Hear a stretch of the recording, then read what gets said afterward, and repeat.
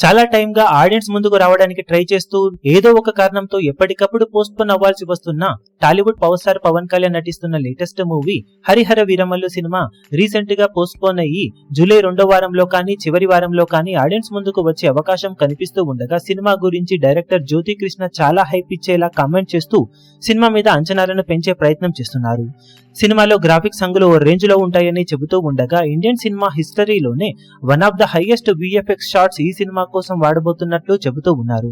అందుకే సరైన అవుట్పుట్ కోసం వెయిట్ చేయాల్సి వచ్చిందని, అందుకే సినిమా ఆలస్యమైందని చెబుతూ ఉన్నారు. ఇవన్నీ ఒకసారి ట్రైలర్ రిలీజ్ అయితే సినిమా మీద ఉన్న లెక్కలన్నీ మారిపోవడం ఖాయమని చెబుతూ ఉండటం విశేషం.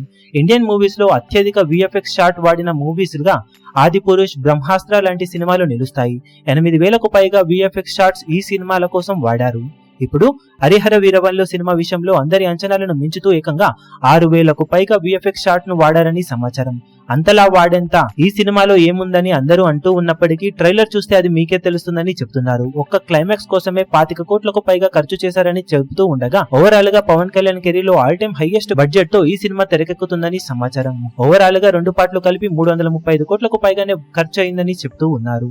అందులో పార్ట్ 2 ఫుటేజ్ కూడా షూటింగ్ చాలా వరకు జరగగా ఇంత భారీ ఖర్చుతో వస్తున్న హరిహర వీరమల్లు సినిమా అవుట్పుట్ ఏ రేంజ్ లో ఉంటుందనేది సినిమా ట్రైలర్ తర్వాత అంచనాలను మరింతగా పెంచుతుందా లేదా అనేది తెలియనుంది. బాక్సాఫీస్ దగ్గర వచ్చే నెలలో రాబోతున్న ఈ సినిమాతో పవన్ కళ్యాణ్ ఏ రేంజ్ లో బాక్సాఫీస్ దగ్గర రచ్చ చేస్తాడో చూడాలి. ఈ వీడియో మీకు నచ్చినట్లయితే లైక్ చేయండి, షేర్ చేయండి, ఛానల్ ను సబ్స్క్రైబ్ చేయడం మాత్రం మరవకండి. ఏ చిన్న అప్డేట్ ను మిస్ అవ్వకూడదు అనుకుంటే బెల్ ఐకాన్ ను ప్రెస్ చేయండి.